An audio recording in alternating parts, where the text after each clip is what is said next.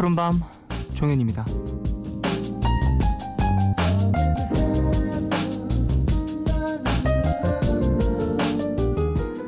사람들은요, 다음 4가지 경우에 진정한 행복을 느낀다고 하는데요.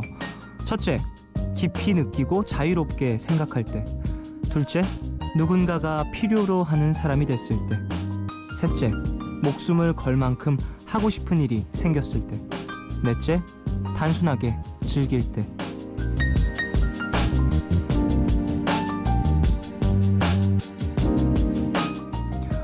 이렇게 들으면 행복해지는 방법 참 단순하죠. 나만 마음을 먹으면 되는 일들이 꽤 많이 있어요. 여기서 중요한 거, 그런 얘기를 들었을 때 그래 맞아 라는 생각보다 말이 쉽지 그게 쉬운가? 이런 생각이 먼저 든다는 거죠. 말만 쉬운 것도 알고요. 행동하기 어려운 것도 압니다. 하지만 그나마 제일 하기 편한 거, 단순하게 즐기기. 이건 내일이라도 당장 할 수 있지 않을까요? 그래요. 근데 하필이면 내일이 월요일이네요. 역시 쉬운 일은 없어요. 4월 5일, 오늘과 내일 사이. 여기는 푸른밤입니다.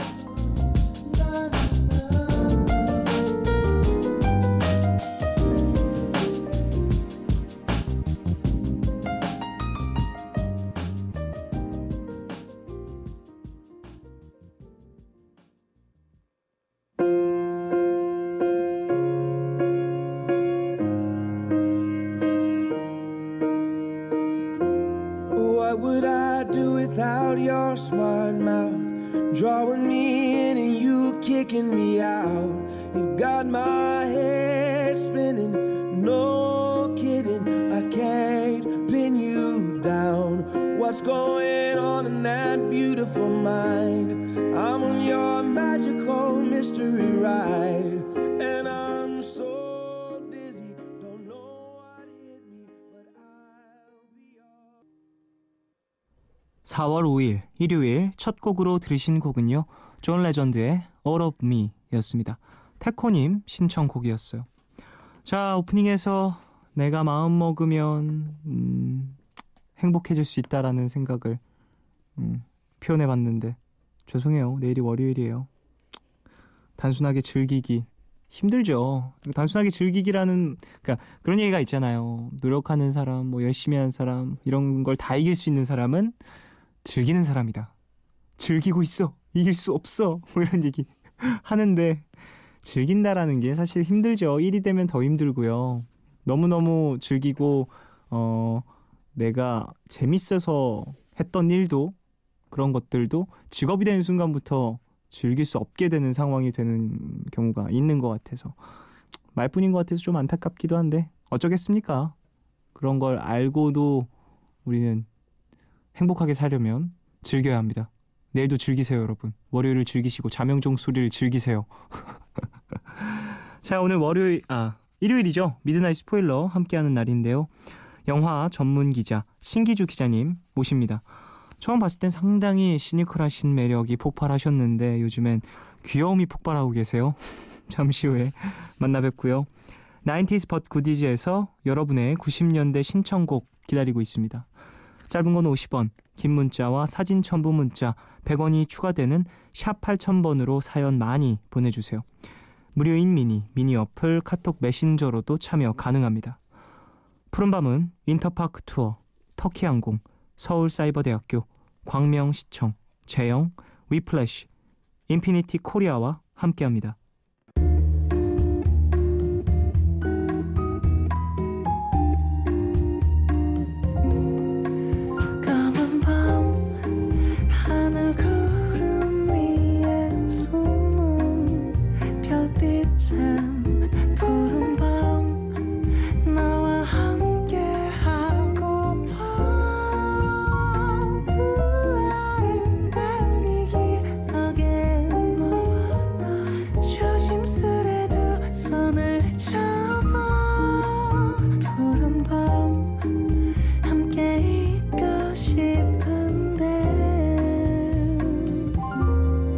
푸른밤 종현입니다.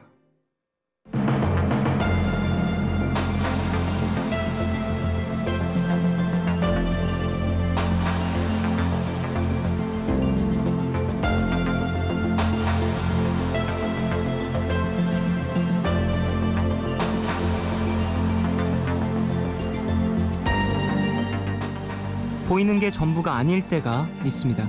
특히 사람과 사람 사이에서 일어나는 미묘한 감정. 진실인지 거짓인지 구분할 수가 없죠. 미드나잇 스포일러, 오늘은 보이는 것만이 전부 진실이 될 수 없는 영화 2편을 준비했어요. 신기주 기자님과 살펴보겠습니다.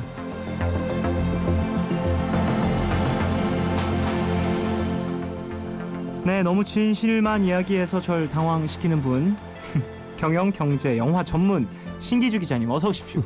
오늘도 당황하시는 걸로. 솔직하신 분. 네, 그렇죠. 오늘은 또 하나 전문 붙여서 결혼 전문? 결혼? 네. 안 돼.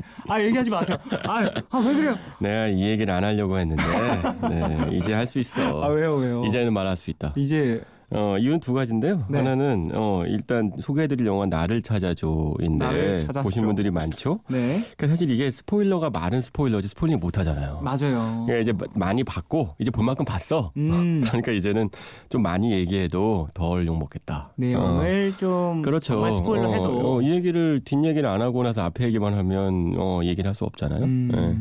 뭐 그리고 이제 글쎄요, 이 시간에 이 방송 들으시는 분들 중에 결혼하신 분이 없으실 거예요. 감히 결혼하시고 이 방송 못 들을걸. 12시 넘어서 지금 12시가 넘으면 뭐 하는 거야? 빨리 자. 그렇죠. 지금 할 일이 많으실 내일 겁니다. 월요일이야. 이게 결혼의 함정이야. 네. 하지만 정말로 하게 되면 네. 하기 전에는 정말 꿈같이 정말 나의 판타지가 가득했던 결혼이지만 되게 결혼 좋아요. 해보세요 한번. 네. 그렇게 저 진심만을 말아서 아무리 라디오라지만 표정이 그렇게 표정 관리 전혀 안 하시고 그렇게 말씀은 전 보잖아요. 저 진실만을 말하는. 진실을 말하는데 그 당황하지? 네. 어쨌든 자, 첫 영화 바로 들어가 볼까요? 나를 찾아줘. 나를 찾아줍니다. 일단 감독은 데이빗 핀처예요. 네. 데이빗 핀처. 한국에도 팬들이 많죠. 그리고 벤 애플렉, 그리고 로저먼트 파이크. 저도 참 좋아하는 배우인데요. 네. 네.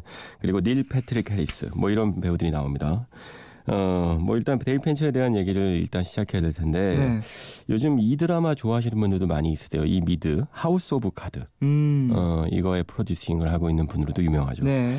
그 세븐 로 데뷔했고 파이트 클럽, 패닝 룸. 저는 개인적으로 데이빗 핀처 영화 중에 가장 이질적이면서도 가장 좋아하는 영화는요. 벤자민 버튼의 시간은 거꾸로 간다. 맞아요. 이 영화 자체가 좀 이 감독과 색깔적인 부분이 조금은 다른 것 같다는 생각을 받았어요. 핀처의 영화는 묘하게 그냥 잿빛이다.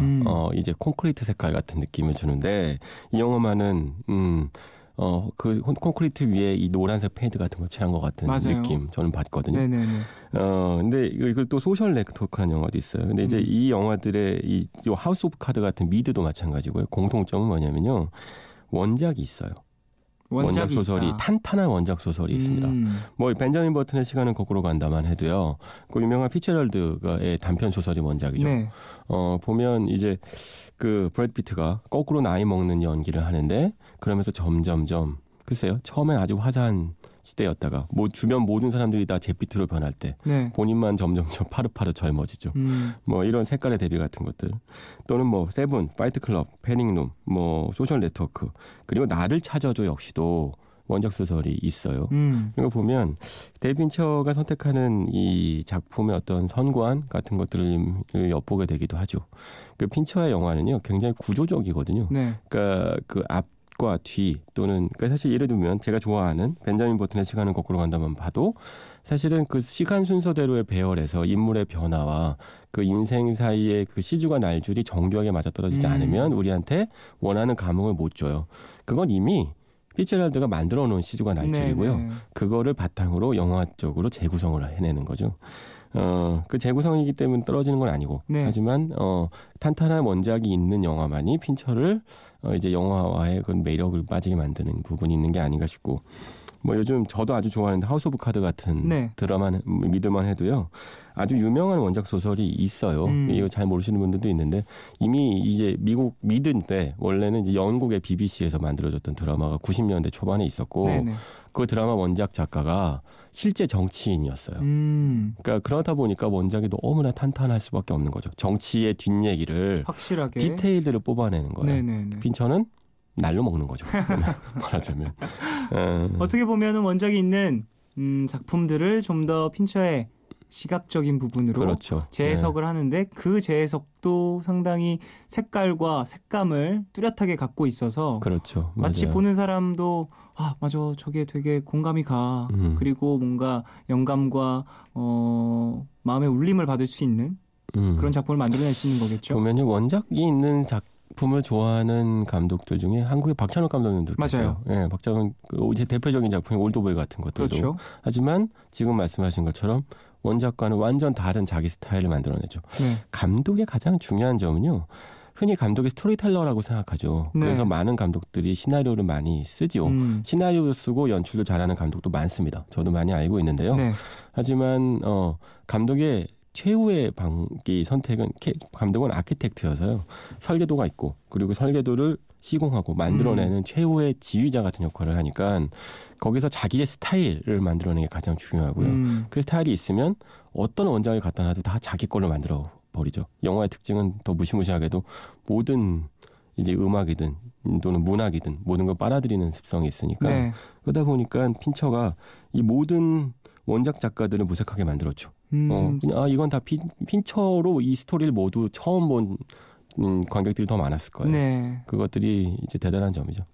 사실 멋있는 것 같아요. 개인적으로는 사실 이런 부분들이 왜냐하면 원작을 아는 사람들은 이 장면이 어떻게 영화가 된다면 어떻게 연출이 되고 어떤 색감으로 어떤 연기로 연출로 진행이 될까 상상을 하잖아요. 그렇죠. 근데 네. 원작품을 아는 사람들도 핀처의 작품을 좋아한다라는 건 그 판타지를 충족시켜줬다라는. 그렇죠. 그냥 예측 불허로 그러니까 원작 작가들조차도 대핀처가 이걸 만들면 어떻게 만들까를 궁금하게 만드는 거예요. 맞아요. 박찬욱이 올드보이를 연출하면 어떻게 만들까를 궁금하게 만드는 것처럼 감독의 최고 단계는 그 단계인 것 같아요. 세상의 모든 스토리 자기 걸로 만들어버리는 거.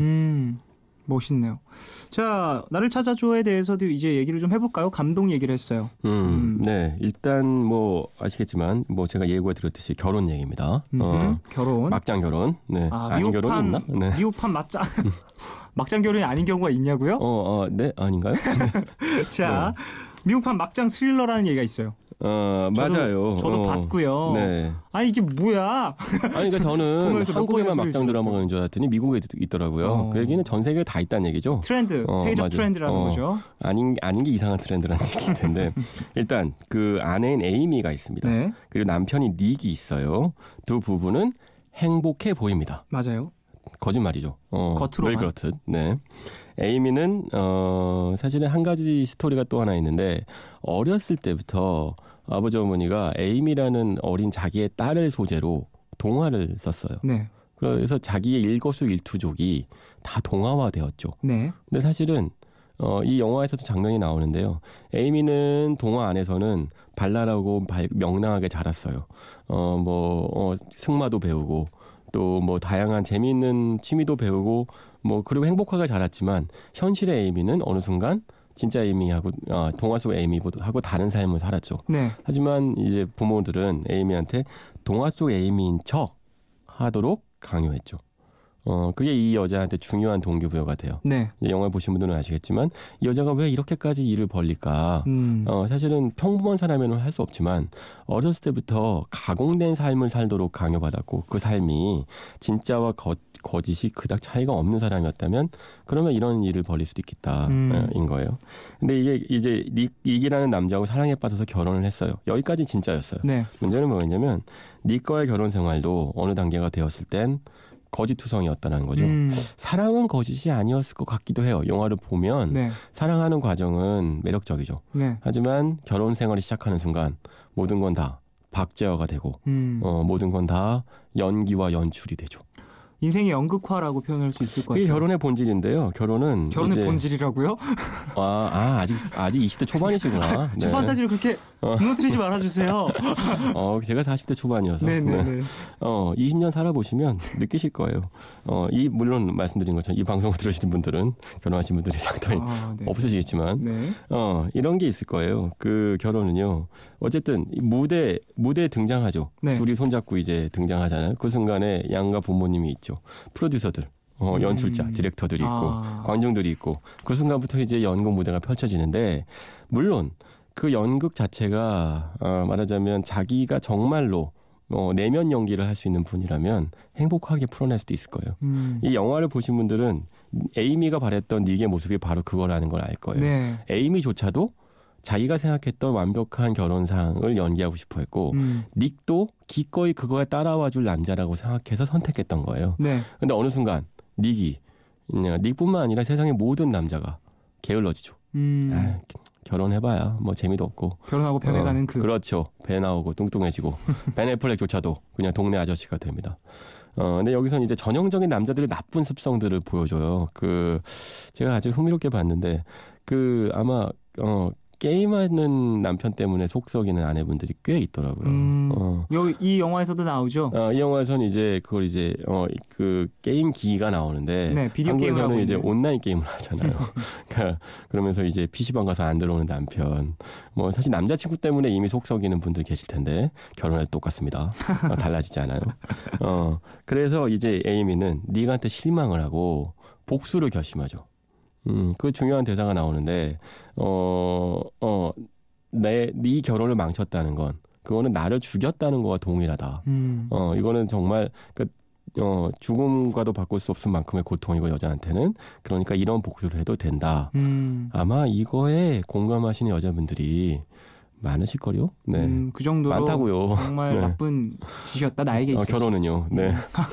자, 노래 한 곡 듣고 네. 와서 이야기를 더 나누겠습니다. 에픽하이의 해픈 엔딩 듣고 오겠습니다.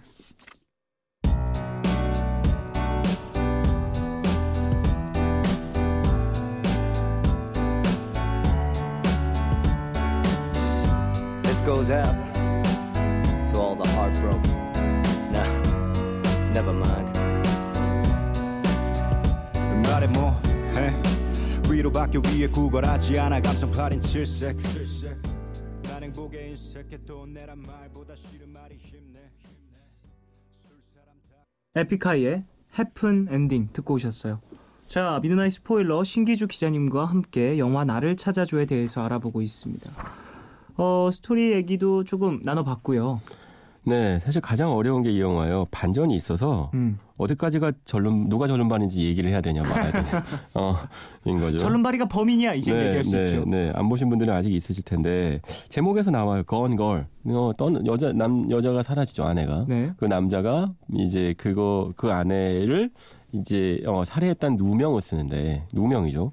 결국은 그거에 얽힌 이 아내의 복수극이었다는 것이 드러나게 되는데요. 사실 이거는 영화를 이 얘기를 알고 봐도 영화가 재미있기 때문이기도 하지만 또 하나는 그런 거예요. 사실 결혼이라고 하는 행위가 아까 말씀드린 것처럼 남들 앞에서 보이는 연기인 거거든요. 근데 그거를 닉은 남편은 처음 해본 거예요. 결혼이라는 걸 통해서 남들 앞에서 행복한 부부인 척 연기를 해본 거죠. 네. 하지만 에이미라는 인물은요, 어렸을 때부터 연기를 해온 인물인 거죠. 평생을 연기하면서 살았으니까요. 이 작가가 이미 이 밑에 그걸 깔고 있는 거죠. 이 작가는 역시 데이비드 핀처도 역시 이번에도 역시 원작 작가가 있는 그 작품을 선택했는데 네. 길리언 프린이라는 인물이죠. 역시 베스트셀러 작가인데 역시나 이 안에서 몇 가지 복선을 깔아놓은 거예요. 에이미라는 인물이 결국 그 연기라는 그 결혼이라고 하는 무대 위에서 올라가는 남들이 쳐다보는 그 연기 자체를 잘할 수 있는 여자이고 닉은 어느 순간 그 무대에서 내려오고 싶었던 남자인 거죠. 그 사이에 갈등이 있었던 것이고 그리고 그 무대를 파괴하려고 하니까 결국은 남편을 이제 구렁텅이에 빠뜨리게 되는 거죠. 그게 막장인지 아니면 이게 결혼의 본질인지 그게 그 대사 안에서 끊임없이 반복해서 물어보죠. 이게 결혼이야. 이게 서로를 의심하고 서로를 함정에 빠뜨리고 서로를 무너뜨릴까봐 무섭게 만드는 어떤 공포 속에 살게 만드는 것. 그것이 결혼이야라고 여자는 끊임없이 주장해요. 네. 남자는 아니야. 결혼은 그런 게 아니고 좀 더 뭔가 행복한 무엇이야 라고 얘기해요. 근데 사실은 영화를 보신 분들은 여자분들은 많이 공감하실 텐데 사실 남자가 나빠요. 남자가 행복을 다 깼어요. 남자가 그 연기를 게을리하게 되면서 결혼이 이제 이상적인 상태에서 굉장히 별복놈 영국으로 무너지거든요. 네. 남자는 그리고 나서 젊은 여자하고 바람을 피죠. 그렇죠. 그러니까 이제 더 이상 이 연극이 아니고 다른 연극을 하고 싶어 하는 거예요. 다른 판타지. 그러면 이게 결혼이 연극이라고 주장하는 여자의 주장이 억지일까요? 아니면 그런 연극에 기꺼이 처음엔 동참해놓고 이게 판타지라면 진짜 찾아가겠다고 하는 남자가 어리석은 걸까요? 그걸 물어보고 있는 거죠. 이 영화 내에서 상당히 많은 미디어가 나와요. 네. 소셜 네트워크도 나오고 뉴스, 신문 등등등 상당히 많은 대중매체를 다루는데 네. 어떻게 보셨어요, 기자님은? 에이미가 이 모든 연극을 할 수 있는 이유는 미디어 덕분이잖아요. 네. 미디어가 자기가 보이는 대로 자기를 비춰줄 거라고 보는 거죠. 닉이라는 남편을 어떻게 풀어서 보여줄 것인지. 때로는 닉도 그 대사를 해요. 대중은 나를, 미디어는 나를 증오했다가 사랑했다가 미워했다가 용서했다가 한다는 거죠. 에이미는 미디어에 평생 노출돼서 어렸을 때부터 살았던 여자이기 때문에 속성을 너무 잘 알고 있는 거예요. 네. 그거를 교묘하게 이용하죠.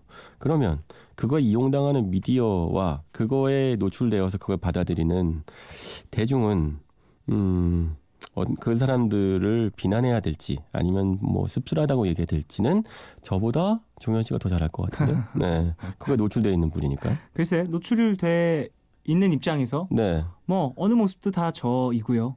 내가 저건 내가 아닌데라고 생각해도 상대방은 그리고 세상 사람들은 그렇게 생각하고 있기 때문에 내가 인정 안 해봤자 어차피 세상 사람들이 생각하는 나의 모습은 그 모습이기 때문에 인정하는 게 제 마음이 편하고요.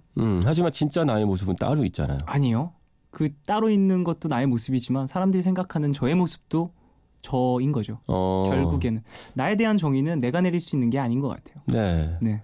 결국은 그게 제 생각엔 그러면 어느 단계가 되면 둘 사이가 분열된다고 느끼는데요. 네. 에이미는요. 놀랍게도 다른 사람이 보이는 모습 위에는 없는 여자인 거예요. 그렇기 때문에 여러 가지 마치 이중인격처럼 행동을 할 수 있는 거죠. 네. 네. 그러니까 남들이 원하는 모습대로 행동하는 것이 얼마든지 가능한 인물. 그렇게 자라온 인물. 그러니까 이 남자는 그런 아내의 모습의 본질을 봤지만 네. 이미 미디어라고 하는 이 족쇄에 빠져 있기 때문에 벗어날 수 없는 거죠. 남자도 그 연극에 동참해서 그 남들이 생각하기에 행복한 부부. 그리고 아이도 낳고 이제 새로운 기회를 찾은 부부의 역할을 해야만 하는 상황. 남자는 그걸 하기 싫어해요. 그러니까 저처럼 평범하게. 네. 남들이 보는 나의 진짜 모습이 모습이 아니라 그게 아니라 진짜 나의 모습은 따로 있어라고 주장하는데 하지만 에이미는 그런 게 어딨어. 그게 아니라 남들이 보이는 모습 그대로 사는 것이 그게 행복한 길이야라고 주장하죠. 그럴 수 있어요. 종현 씨의 선택이 말하다 보니 현명한 것 같긴 한데 하지만 언젠간 망가질 걸로. 안 걸리면 됩니다. 에이미처럼요. 능력자. 네. 자, 광고 들으시겠습니다. MBC FM for you. 편한 친구와의 수다 한 판. 2인분 같은 1인분. 아이고 어서 오세요. 퇴근 후에 시원한 맥주 한 잔. 좋다. 좋다. 좋다. MBC FM4U 좋다. 1994년 11월 10일 미국 시애틀 빌 게이츠의 친구인 폴 앨런이라는 사람이 세계 최초로 이것을 했습니다. 1996년 2월 12일 대한민국 서울 MBC 라디오가 국내 최초로 이것을 했죠. 이것은 바로 인터넷 라디오. 국내 최초의 인터넷 라디오 MBC 미니의 역사입니다. 지금은 모든 디지털 디바이스에서 들을 수 있는 스마트 라디오 앱으로 진화한 MBC 미니. 여러분도 지금 바로 느끼실 수 있습니다. MBC 미니.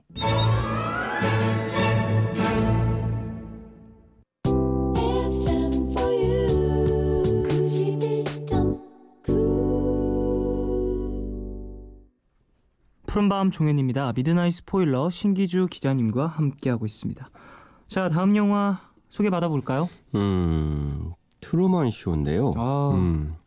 여기서도 결혼이 나오기도 하고 사랑이 나오기도 하고 네네. 미디어가 나오기도 하죠.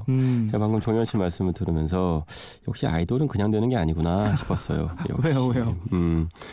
그래요. 미디어에 노출된 나의 모습과 네. 진짜 나의 모습이 있고 그걸 훌륭히 양립하면서 경영할 수 있다면 그거야말로 훌륭한 아이돌이죠. 그런데 네. 만약에 그 모든 게 다 가짜인 거예요. 그게 다 모두가 다 우리 사장님이 연출해 주신 거였어. 나는 정말로 속고 있었던 거였어. 나는 없었던 거야. 이제 나하고 회사하고 아무 관계가 없어지니까 그러니까 스튜디오 밖으로 나가는 순간 난 아무것도 아니었어. 아이고야. 이게 바로 이 트루먼 쇼에 나오는 짐 캐리가 겪는 일이죠. 그렇죠. 그 안에서는 완벽한 인생이었어요. 이 안에서는 이상하게 이 사람은 평범한 샐러리맨인데 네. 트루먼이라는 이상하게 사람들이 모두가 다 좋아해. 자기를 사랑하고. 맞아요. 자기 주변에 모든 일이 다 행운이 일어나고 모두가 다 친절하고 알고 봤더니 그게 모두가 다 내 주변 모두가 다 조작된 연기자였다는 거고 네. 내 인생 통째로 스튜디오 안에서 연출되는 하나의 드라마였다는 거죠. 실제로 이런 일이 일어난다면 좋겠죠. 그러면 뭐 어차피 우리는 우리 인생을 연출하려고 이제 발버둥을 치는데 네. 남들이 내 뜻대로 연기를 안 해줘서 답답한 것인데 이 상황에서는 모두가 다 연기를 내 뜻대로 해주니 물론 내 뜻이 아니죠. 다른 창조주, 네. 이제 건물주가 아니고 창조주가 있죠. 네. 이제 연출가가 있는 것인데 그런 인생을 사는 사람 이야기죠. 이거야 뭐 사실은 98년도 영화니까. 스포일링을 마구마구 해도 되겠네요. 많은 분들이 이미 보셨을 테고 내 인생의 최고의 영화로 뽑기도 해요. 네. 많은 분들이. 네. 그리고 이미 보고 무슨 내용이었지? 가물가물한데? 이러신 분들도 심지어 많이 어떤 분은 계실 안 봤으면서 봤다고 생각해. 하도 여기저기에서 네. 트루먼 쇼에 대한 이야기를 많이 하다 보니까요. 그렇죠. 그리고 뭐 심지어는 봤어? 그러면 이제 봤다고 얘기하고 나서 봤다고 얘기했기 때문에 사실 새삼 찾아보기도 그렇고 그러다 보니까 그냥 본 걸로 친 걸로. 이 찾아보세요. 영화는 네. 사실 짐 캐리의 대표작으로도 많이 표현이 돼요. 손꼽혀요. 네, 짐 캐리 때문에 피터 웨어 감독이 정말 촬영 스케줄을 1년 동안 미뤄놓으면서 출연을 해달라고 했다는 이게 역사가 있는 작품인데 네. 요즘의 짐 캐리였다면 안 그랬겠죠. 98년도의 짐 캐리니까 그렇죠. 한창 주가가 높았을 때였는데요. 역시 이제 앞에 있었던 나를 찾아서하고 엮어서 얘기를 해보자면 네. 여기서도 이제 트루먼한테는 아내가 있어요. 네. 그리고 그런데 이상하게 어떤 아내를 만나기 전에 사랑했던 어떤 여자가 있죠. 네. 그 여자는 사실 단역이었는데 어쩌다 보니 정말 거기서 이제 내추럴 자연스러운 일이 벌어졌던 거예요. 연출이 아니고. 네. 그 여자를 사랑하게 되는 이제 각본 없는 드라마가 펼쳐지는 바람에 그 단역을 빼고 그리고 이제 어떤 예정된 주연 배우를 집어넣어서 연출을 시켰죠. 네. 그래가지고 아내가 되었고 결혼 생활을 유지하지만 그 모든 게 다 가짜인 거예요. 사실 나를 찾아서하고 비슷해요. 나를 찾아서에서도 결국은 인생은 연기라고 믿는 어떤 여자가 있고 네. 트루먼 쇼에서는 연기인 줄 모르고 연기를 하는 사람이 있는 거예요. 그래요. 이게 다 결혼이에요. 그래서 결국 오늘 결혼에 대한 얘기를 하시는 거예요? 결국은 이렇게 막 얘기해 버리는 걸로. 그래서 네. 어떻게 되죠? 트루먼은 결국은 아내하고의 결혼이 그냥 그저 연기구나 라는 걸 알게 되고 진정한 사랑을 찾으러 가죠. 남자는 늘 그래. 항상 진정한 무언가를 진정한 사랑을 생각해서 결혼을 했지만 그렇죠. 네. 본질을 뚜껑 열어보니 이건 연기구나라고 생각하고 벗어나려고 해요. 네. 하지만 연기를 하려고 이 세상 모두가 다 연기가 아니면 유지되지 않는 것인데 네. 뭔가 진정한 무언가가 있다고 믿죠. 네. 하지만 남자는 늘 무한정 진정한 것만 찾다가 늙어요. 그래서 혼자 늙어 죽죠. 어쨌든 그래서 짐 캐리는 이 연기를 하면서 상당히 많은 극찬을 받았어요. 그렇죠. 사실은 짐 캐리 최고의 연기라는 평가를 받기도 하는데요. 네. 사실은 짐 캐리의 여러 영화가 있지만 이 영화 안에서 가장 덜 오버해요. 그렇죠. 짐 캐리는 저도 예전에 한번 이 방송하면서 말씀드린 적이 있는 것 같기도 한데 어느 누구도 짐 캐리하고 연기를 같이 하지 않으려고 해요. 투샷 혹은 네. 같이 주고받는 대사가 있으면 잡아먹히죠. 그렇죠. 더맨더머 때 한번 말씀드린 적이 있구나. 네. 거기서도 사실 정말 다른 배우들하고 같이 있으면 말씀하신 것처럼 무대를 그냥 혼자 장악해버리기 때문에 네. 그러니까 어느 누구도 짐 캐리하고 같이 연기를 하고 싶어 하지 않는데 이 영화에서 많이 숨을 죽인 연기를 했어요. 그러면서 천진하면서도 또 한면으로는 마지막 순간에 감동까지 주는 연기를 해내죠. 그 이유는 뭐였을까요? 짐 캐리 하면 사실 오버액션, 그 표정 연기 이런 것들이 대표가 될 수 있는데 네. 이 트루먼 쇼에선 그렇지 않았고 심지어 짐 캐리의 그 대표되는 연기를 하지 않았는데 최고의 역작이라고 뽑힌다면 어떻게 보면 역설이잖아요. 그건 좀 슬픈 측면이 있기도 하죠. 사실은 네. 짐 캐리는 어찌 보면 지나치게 과대 혹은 과소평가된 배우 같기도 한데요. 그러니까 그 특유의 코미디 연기 덕분에 그건 최근작인 더맨더머에서도 녹슬지 않았다는 게 드러나죠. 네. 그렇기 때문에 오히려 굉장히 많은 대중적 반응을 일으켰지만 그러나 평단 또는 감독 또는 이 동료 배우들한테는 그렇게 크게 환영받지 못했어요.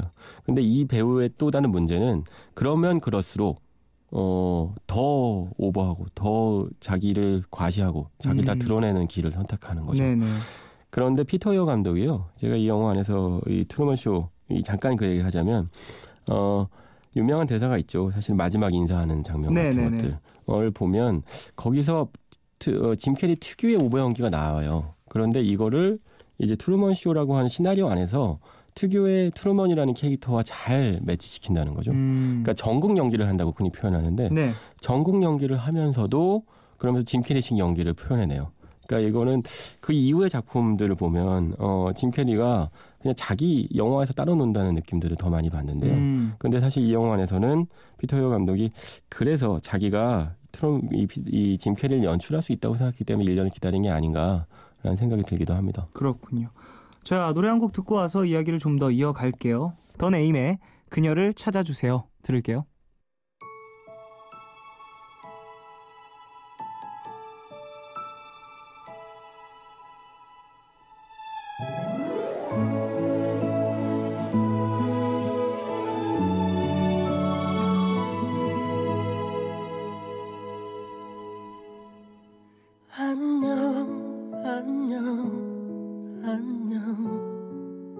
사랑한 그녀가 보내달라 하네요.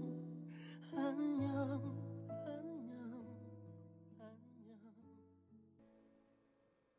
자, 미드나잇 스포일러 신기주 기자님과 함께하고 있어요. 트루먼 쇼에 대한 이야기 나누고 있잖아요. 네. 상당히 이건 종편쇼. 네. 재밌잖아요. 트루먼 쇼. 트루먼이라는 사람의 24시간을 방영하는 거예요. 그렇죠. 미디어에 공개가 되고 있는 거죠. 네. 어떨 것 같아요? 신 기자님은 본인의 24시간이 미디어에 100% 노출된다. 일단은 사람들이 깜짝 놀라겠죠. 이런 파렴치한이 다 있나. 하지만 알고 싶지 않은 진실들. 누구든 24시간이 노출되면 다 그렇게 생각하지 않을까요? 그렇죠. 네. 우리는 숨기고 싶은 우리 동굴 속만의 삶이 있는 것인데 맞아요. 그런 것들을 다 노출시키고 근데 이게 내 삶은 노출시키고 싶지 않은데 남의 삶을 훔쳐보고 싶다는 게 그게 우리 모두의 욕망이죠. 네. 그게 미디어의 역할이기도 해요.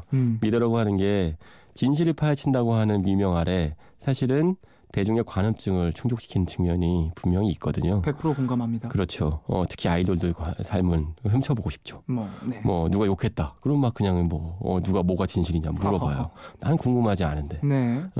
사실 그런 것들, 그런 삶에서 우리도 일종의 어떤 역할을 하고 있는 거예요.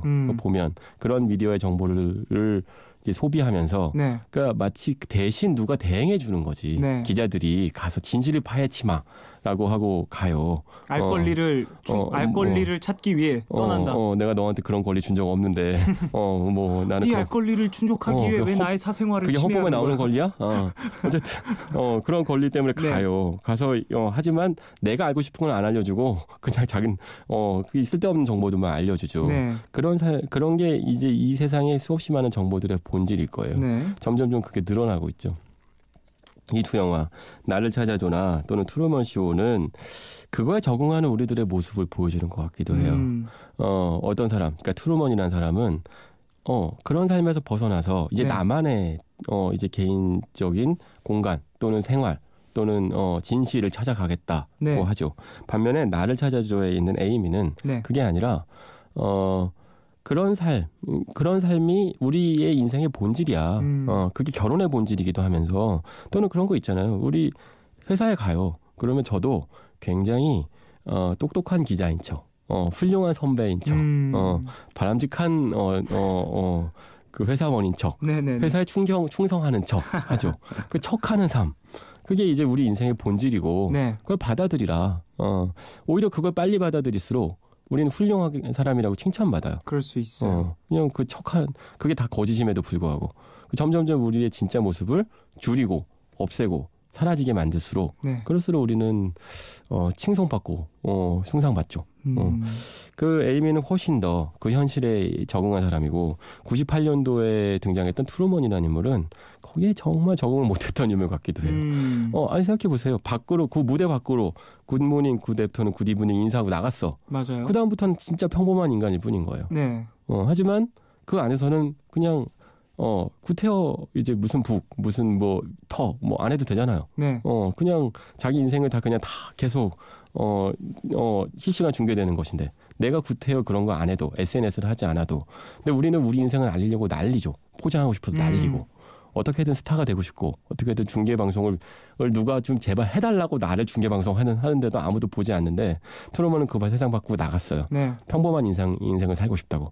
아마 16년이 지난 오늘 트루먼은 후회할 거예요. 다시 어떻게든 그 무대로 들어오고 싶다며 문을 두드리고 있겠죠. 그럴 수 있겠네요. 하지만 굿이브닝이었으니 끝났죠. 굿모닝은 시작되지 않아. 트루먼 쇼가 끝나고 다른 쇼가 시작됐을 거예요. 그렇죠. 맞아요. 종현 쇼? 네. 트루먼을 대체할 누군가를 찾았겠죠. 그렇죠. 자, 이 두 영화 오늘 이야기를 나눠봤는데 참 재밌는 영화인 것 같아요. 같은 비슷한 현상을 어떻게 보면 완전 다른 시각으로 해석을 한 것 같은데. 그렇죠. 결혼과 인생을 얘기하는 것이기도 한데요. 네. 그 두 영화를 하나를 묶어주는 인물이 하나 있어요. 누구죠? 나를 찾아줘에서 정말 나를 찾아줘라고 이 배우가 얘기하고 있는 것 같다고 저 영화 보면서 느꼈는데 닐 패트릭 해리스라는 네. 배우예요. 이 인물이 이제 얼마 전에 이제 그 공연 같은 것들을 할 때 보면 뮤지컬 배우로서도 이미 자리를 잡은 배우이기도 하거든요. 네. 하지만 저 같은 아저씨들 세대에 보면 이 인물은 천재소년 두기라고 하는 이 드라마의 어린 아역 주인공으로 더 알려져 있습니다. 네. 근데 영화에서는 무슨 배역이냐라고 궁금해하실 텐데 나를 찾아줘에서 그래요. 에이미한테 죽임당하는 배우예요. 그러니까 짧지만 굵게 나오는데요. 네. 그런데 이 인물이 왜 중요하냐면 하나 지금 말씀드린 것처럼 천재소년 두기라고 하는 아역 배우를 출발해서 네. 인생 전체가 다 미디어에 노출된 인물이었어요. 에이미처럼. 그렇죠. 한국에서보다도 미국에서는 정말 이 배우를 모르면 그냥 동네 친구인 거예요. 그래서 저는 아직도 기억나요. 천재소년 두기가 마지막에 오늘은 이런 일이 있었다. 라면 이렇게 트루먼 쇼의 주인공처럼 일기 쓰는 장면 기억나요. 당시에 워드 프로세서로. 그 장면이 저도 아직도 기억에 남는데 미국 사람들한테는 정말 같이 커온 동년배인 거죠. 네. 그런데 그런 배우가 사실은 또 게이입니다. 동성애자예요. 네. 커밍아웃한 게이고 유명해요. 그렇죠. 그리고 뮤지컬 배우고요. 네. 그러니까 이런 인물이 에이미라는 영화 극 중에선 그런 삶을 살았던 걸로 결정된 인물이 영화 속에서 그 남자 죽이죠. 네. 죽이고 또 인물은 또 커밍아웃한 동성애자 게이니까 여자하고 섹스한 장면이 나오지만 이게 다 모든 게 연기라는 걸 아는 사람은 모두가 다 알고 있어요. 네. 연기일 수밖에 없다라는 거를. 그러니까 그런 인물을 에이미가 결국은 처참하게 죽인다. 그것이 무언가를 파괴하고 그 나를 투영한 어떤 상징 같은 존재들 이제 파괴하고 나오게 되는 거죠. 그러니까 이 두 영화에서 나오는 것들이 하나로 이어지는 메시지 같기도 해요. 그 사람을 죽이는 어떤 행위. 네. 아주 자극적이고 극적인 장면이지만 이 두 영화 안에서 모두가 다 하나의 메시지로 이어지는 거죠. 그런 대상을 죽일 것이냐 아니면 살려두고 그 연기 계속할 것이냐. 다른 쇼를 찾을 것이냐. 그렇죠. 네. 자, 두 영화에 대해서 오늘 이야기를 나눠봤어요. 결국에는 어떻게 보면 선택은 우리의 몫이겠지만 어느 쪽도 틀렸다라고 얘기하기 힘든 것 같습니다. 저는 가능하면 저도 종현쇼 같은 거 해서 SNS에서 내 인생 팔고 사실은 그렇게 살려고 하는 사람들이 있죠. 네. 그렇게 살지 않으려고 애써왔던 게 트루먼쇼의 세대라면 지금 세대는 그렇게 살고 싶어 하는 사람들이 더 많은 세대 같기도 해요. 이미 선택은 끝난 걸로. 그렇군요. 자, 이제 미드나잇 스포일러 마칠 시간이 된 것 같습니다. 저는 여기서 2부 마무리하고요. 3부에서 돌아오겠습니다. 신기주 기자님 보내드리면서 김원준의 쇼 듣겠습니다. 광고 먼저 들으실게요. 안녕히 가세요, 기자님. 네.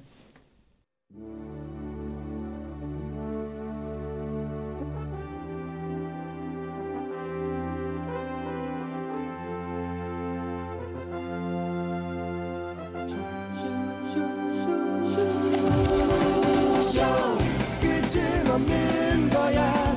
지금 순간만 있는 거야. 난 주인공일 거야. 세상이라는 무대 위에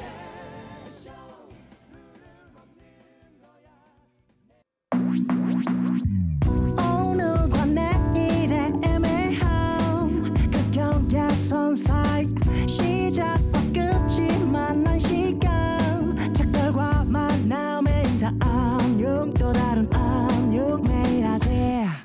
yeah. 널 보면 난 푸른 밤을 상상하네 널 보면 난 푸른 밤을 상상하고 들어줄래 네 두기에 내가 속삭여줄게 마치 보석을 담은 듯 반짝빛이 나는 푸른 밤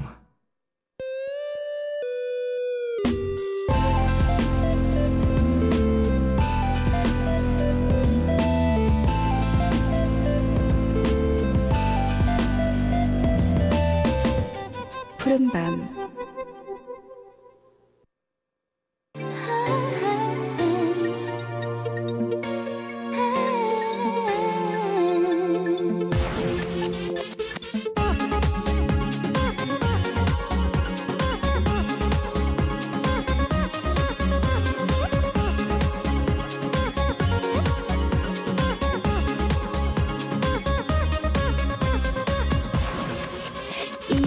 오늘 나무 한 문구루 심으셨나요? 마음엔 이 노래들 심어보시죠. 90년대 노래들과 함께합니다. 90s but goodies.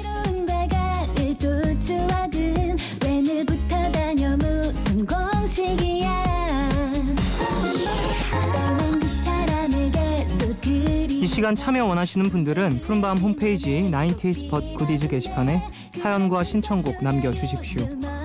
자, 여러분이 보내주신 신청곡 만나보겠습니다. 박학준님, 여자들이 노래 잘하는 남자한테 반하는 것처럼 저도 노래 잘하는 여자한테 한눈에 반하곤 하는데요. 대학 새내기 시절 밴드에서 이 노래를 부르던 여학생한테 반해서 한동안 가슴앓이했던 기억이 나네요. 푸른밤에서 듣고 싶습니다. 나탈리 임브르글리아의 톤. 밴드부를 하는 이유죠. 사실 모든 음악의 시작은 멋인 것 같아요. 멋으로 시작을 해서 그 이후에 조금 더 관심을 갖고 음악적인 화성학적인 아름다움을 찾고 그러는 것 같은데 첫 발자국은 항상 멋인 것 같아요. 저도 그랬고요. 대부분 왜 했어? 아니 피아노 치는 모습이 너무 멋있어서 나도 배워보고 싶었어 라든지 기타 치면서 그렇게 노래 부르는 모습이 너무 멋있어서 나도 밴드를 함께 한번 해보고 싶어서 시작했어 라든지 인 것 같아요. 그 이후의 스텝들이야 가지각색이지만 저도 그랬어요. 밴드부 하면서 베이스 쳤거든요. 저는 심지어 베이스라는 악기를 하고 싶어서가 아니라 그냥 밴드부에 들어가고 싶었는데 남은 악기가 베이스뿐이어서 베이스를 잡았던 거죠.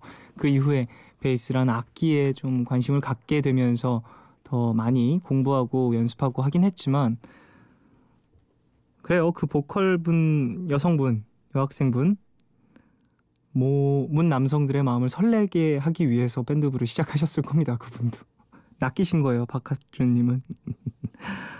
이 노래 궁금하네요. 어떤 노래일지. 임서진님, 중학생 시절 고등학생이었던 언니 카세트를 몰래 방으로 가져와서 훔쳐 듣곤 했었는데요. 그때 언니가 듣던 노래 중에 기억나는 곡 듀스의 다투고 난 뒤 신청합니다 하셨습니다. 카세트는 왜 언니, 누나, 형만 갖고 있을까요? 항상. 저도 없었거든요. 저희 누나만 갖고 있었어요. 그래서 사실 저희 누나랑 저랑은 사이가 상당히 좋아서 들을 때 항상 같이 듣고 이어폰 한쪽씩 꼽아서 듣고 그랬어가지고 많은 질투를 느끼지 못했지만 그래도 학교에 못 가져가니까 그게 좀 질투가 나긴 했어요. 그 이후에 전 중학교 올라와서 mp3를 샀죠. 그전에는 사실 CD 플레이어나 카세트 플레이어가 테이프 플레이 할 수 있는 기기가 누나만 갖고 있었기 때문에 상당히 부럽긴 했었어요. 어쨌든 자, 노래 두 곡 들어볼까요? 나탈리 임브르글리아의 톤 그리고 듀스의 다투고 난 뒤 두 곡 듣고 오겠습니다.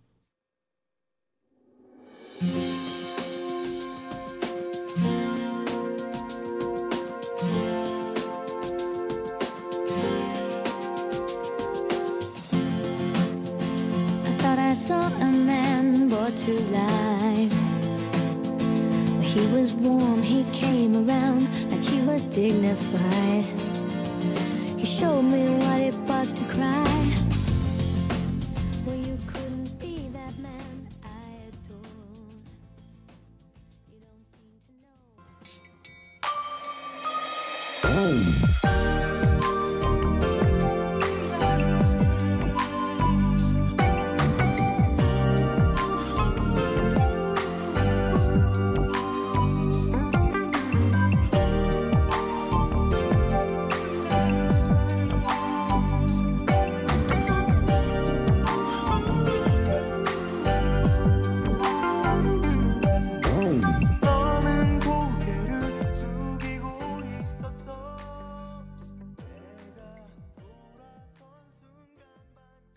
나탈리 임브루글리아의 톤 그리고 듀스의 다투고 난 뒤 두 곡 듣고 오셨어요.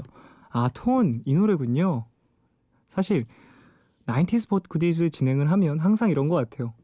그 노래 제목이랑 가수 이름을 딱 들었을 때 확실하게 매칭이 되다기보다 노래 딱 들으면 아, 이 노래 알지 나도 이렇게 되는 것 같아요. 좋은 노래 듣고 왔습니다. 90s But Goodies 계속 이어갈게요. 송미연님, 데이트하기 제일 좋은 봄날에 저는 이별을 했네요.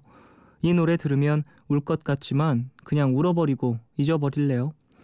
연애는 왜 할수록 더 어려운 것만 같을까요? 이소라의 너무 다른 널 보면서 틀어주세요 하셨습니다. 이별하셨군요.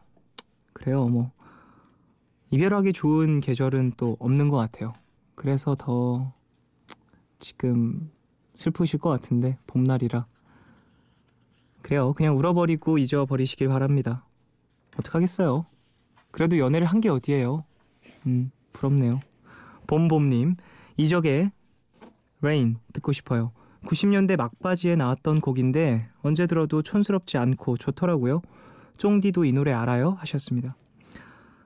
사실 또 이렇게 제목만 보면 모르겠어요. 근데 이적씨 곡이니까 알겠죠. 노래를 들으면. 이적씨도 본인 색깔 엄청 풍기는 아티스트죠. 노래에서도 많이 풍겨져 나오고 본인이 안 불러도 누군가에게 이렇게 곡을 써서 주게 되면 혹시 이 노래 이적 노래 아니야? 생각이 날 정도로 싶을 정도로 본인 색깔을 많이 갖고 있는 아티스트인데 이 곡도 그런 곡일 것 같습니다. 들어보면 저도 알 거예요 아마. 0680님, 레니 클레비츠의 It Ain't Over Till It's Over 신청해요. 90년대 사춘기를 보낸 저에겐 낭만의 이름이나 다름없는 곡이에요. 낭만의 이름이나 다름없는 곡이라고 표현을 하셨어요. 다들 그런 곡이 하나 있는 것 같아요. 나의 청춘의 곡, 사춘기 곡. 나는 사춘기 곡이 뭐가 될까? 저한테는 중학교 시절, 고등학교 시절을 보낸 곡이겠죠? 중학교 시절을 보낸 곡인 것 같아요. 한 중2, 중3? 버즈 노래? 나에게로 떠나는 여행? 이런 거? 아니면은 뭐 디퍼플의 노래? 그렇지 않을까? 가사도 잘 모르면서 사실 밴드 스코어 하면서 합주했던 노래들이니까 혹은 메탈리카? 파이팅 넘치는 노래들. 황정식님, 얼마 전 첫사랑을 만났어요. 결혼했더라고요. 저는 아직인데 저에게도 좋은 사람이 나타나겠죠? 문득 이 노래가 생각이 나네요. 015B의 그녀의 딸은 3살이에요. 노래 제목 너무 슬프다. 이 노래 못 틀어드릴 것 같아요. 노래는 절대 못 틀어드릴 것 같고요. 노래 제목이 너무 슬퍼서 좀 충격적인데요. 노래 제목을 이렇게 역시 015B는 실험적이네요. 멋있습니다. 이런 정신을 역시 갖고 있어요. 뮤지션은 항상 안주하지 않고 새로운 무언가를 찾고 일상생활에 무언가를 또 대입해보고 해야 되는 것 같아요. 저는 아직 근데 사실 사랑했던 사람이 결혼한 사람이 없어서. 네. 1366님, 유치원생 때 들었던 마법의 성 틀어주세요. 저는 지금 고1이 되었는데 음악 시간에 이 노래 배웠어요 하셨습니다. 마법의 성은 사실 리메이크도 진짜 많이 되고 많이들 부르고, 그리고 연습생들이 발성 연습할 때 이 노래 많이 불러요. 생각보다. 왜냐면 멜로디가 참 깨끗하잖아요. 그리고 밴딩이라든지 여러 테크닉이 많이 들어가지 않은 곡이다 보니까. 그리고 이수만 선생님께서 이 노래를 꽤 좋아하십니다. 그래서 이 노래로 그 친구의 목소리라든지 아니면 갖고 있는 성량의 크기라든지 이런 걸 평가할 때 많이 연습을 하는 곡인 것 같아요. 연습생들 참 많이 불러요. 우리 회사뿐만이 아니라 여러 회사에서 보컬 연습할 때 많이 쓰는 곡입니다. 자, 노래 2곡 듣고 올게요. 이소라의 너무 다른 널 보면서, 그리고 레니 클레비츠의 It Ain't Over Till It's Over. 2곡 듣고 올게요.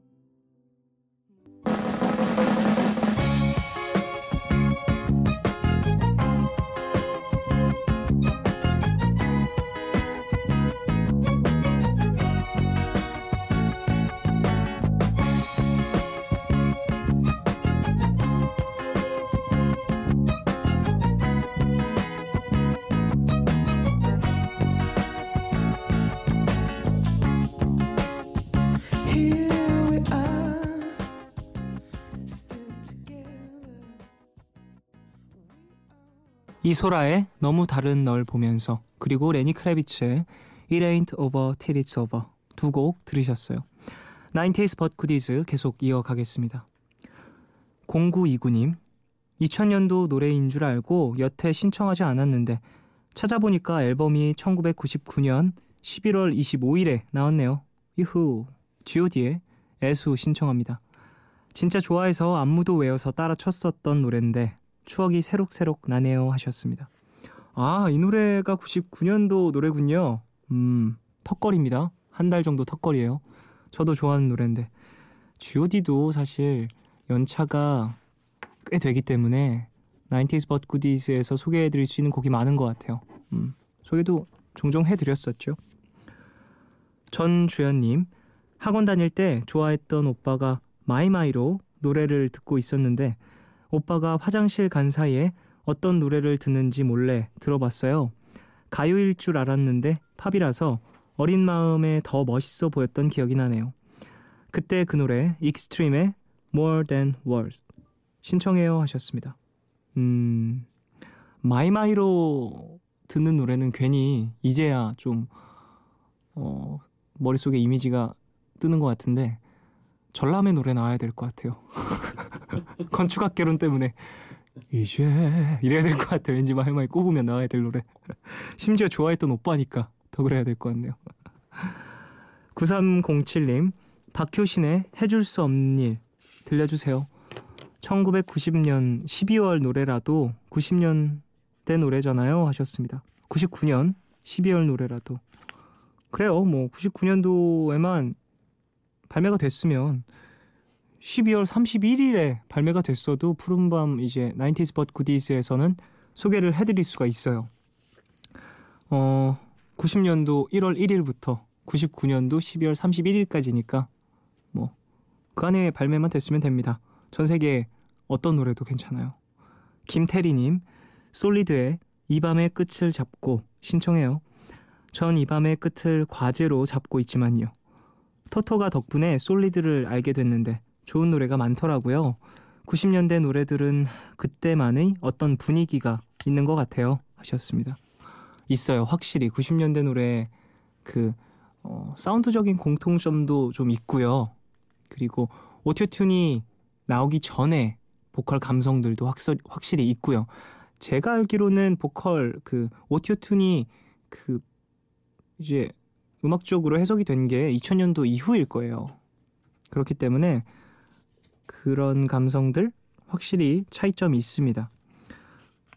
또 한국에서 나온 90년대 감성은 더 뭔가 감수성 풍부하고 발라드나 뭐 락이나 여러 가지 장르적인 부분에서도 특이한 점이 있기 때문에 자, 노래 두 곡 들어볼게요. G.O.D의 애수 그리고 박효신의 해줄 수 없는 일 두 곡 다 90년도 턱걸이 곡입니다. 99년도에 발매됐네요. 듣고 올게요.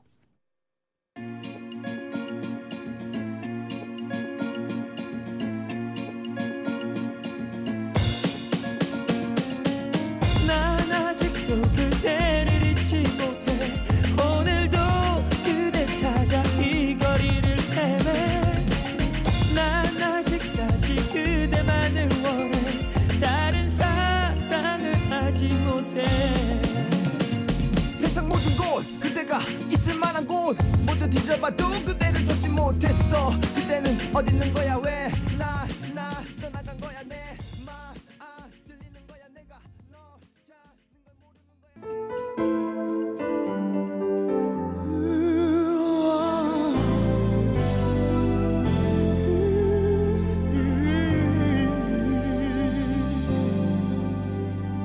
할 말이 있어 어려운 얘기 내게 힘겹게 꺼내놓은 내 마지막 얘기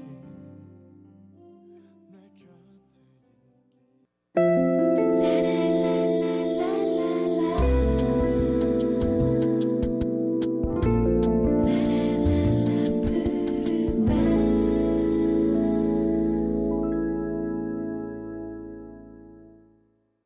G.O.D의 애수 그리고 박효신의 해줄 수 없는 일 두 곡 듣고 오셨어요.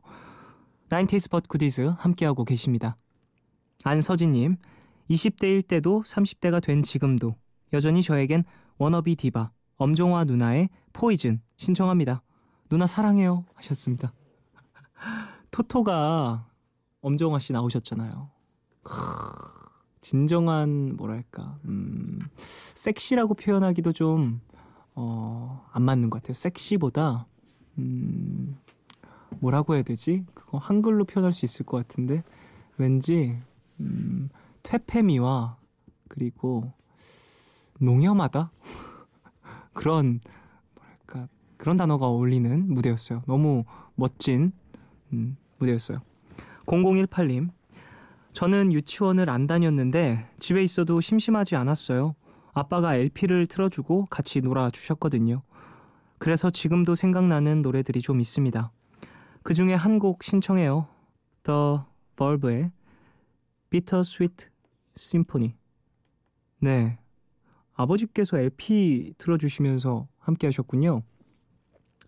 저도 이야기했었죠. 저희 어머니가 레코드점 하셨어가지고 LP판 많이 갖고 계셨고 얼마 전에도 막 얘기를 하다가 야, 그래 엄마가 그때 이사하면서 그거 판 게 되게 서럽다 뭐 이런 이야기도 하셨거든요. 그래서 그러면 이번에 이사를 하면서 제가 작업실도 함께 꾸미거든요. 그래서 그럼 거기에 LP를 또 한번 준비를 해서 어머니가 참 좋아하셨었거든요.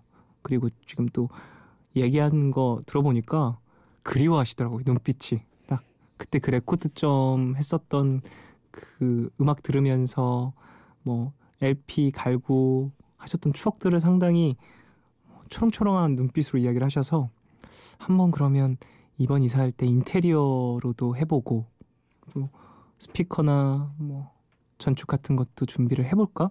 이런 생각을 지금 한번 해보고 있습니다. 8209님, 엄마가 저를 빨리 낳으셔서 엄마랑 친구처럼 지내는 편인데요. 젊으셔서 요즘 노래도 많이 들으시지만 가끔 옛날 노래를 틀어주실 때가 있어요. 얼마 전에도 저한테 이 노래 들어보라고 하셔서 들어봤는데 좋더라고요. 신청할게요. 아침에 사랑했던 기억으로. 팀 이름이 되게 좋네요. 아침. 이건 사실 아침이라는 팀 이름 딱 정해버리면 그냥 뇌리에 박히잖아요. 아침이라는 팀. 이게 제일 좋은 팀명인 것 같아요. 저는. 한번 딱 들으면 잊을 수 없는 팀 이름. 어머니와 여러 가지 교류를 하고 계신 것 같은데 이게 가장 좋습니다. 가족은 나이가 들고 또 익숙해지기 시작하면서 점점 멀어지기 시작하는데 이렇게 계속해서 문화적인 교류도 하고 함께 놀러도 자주 다니고 그래야죠. 김미경님, 이젠 일요일 이 시간에는 90년대 노래를 안 들으면 왠지 일주일의 마무리가 안 되는 것 같아요. 듣고만 있어도 좋지만 한번 신청해 볼게요.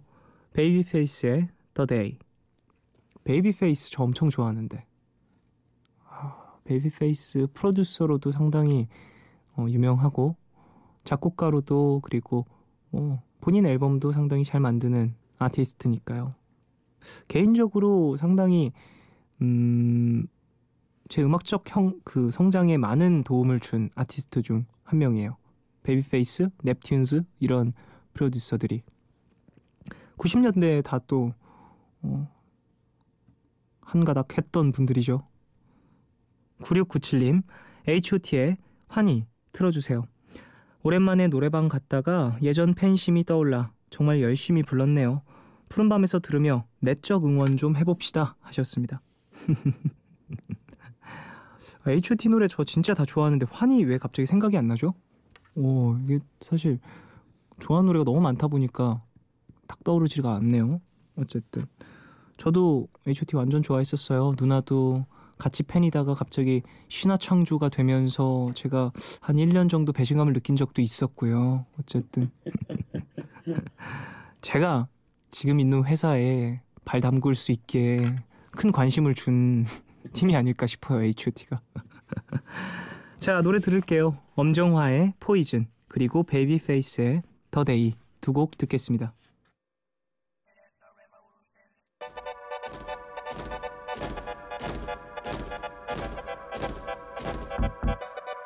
use your imagination. Do it.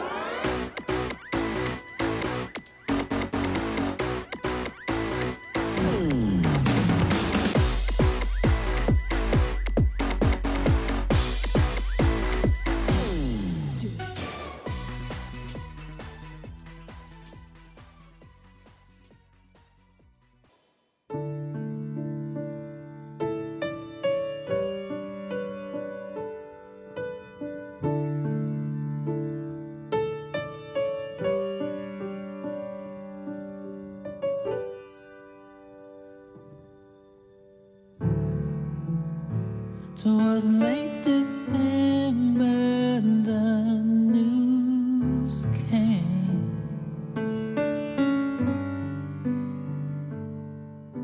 And I got so excited I cried.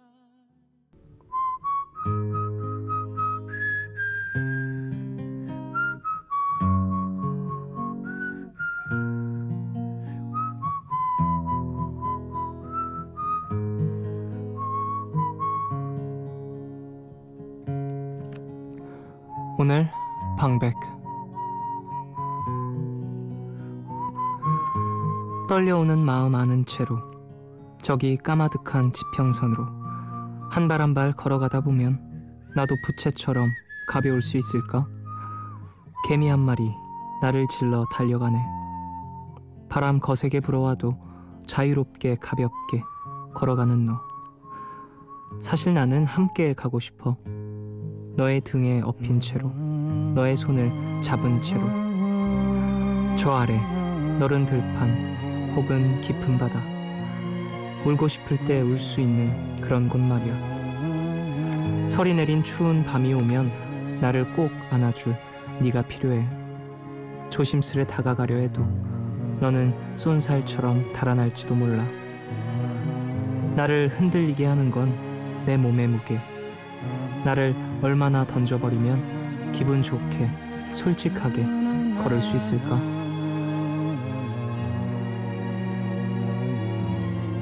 사실 나는 함께 가고 싶어. 우리 어깨에 기댄 채로, 우리 머리 맞댄 채로, 저 하늘 흰 구름 속 혹은 깊은 숲 속 쉬고 싶을 때 쉴 수 있는 그런 곳 말이야.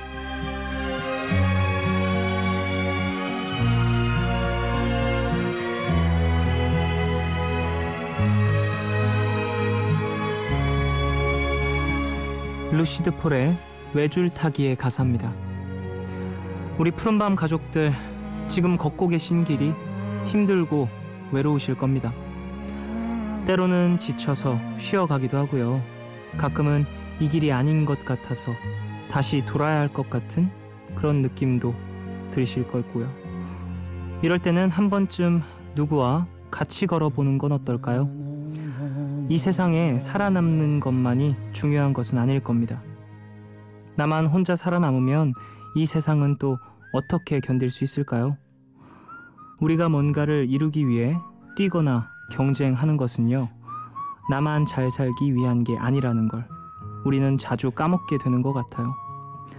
이것만은 기억하셨으면 좋겠습니다.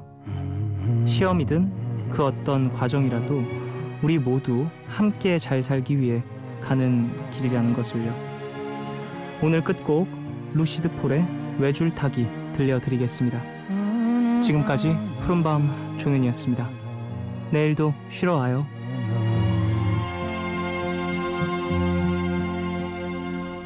나나나나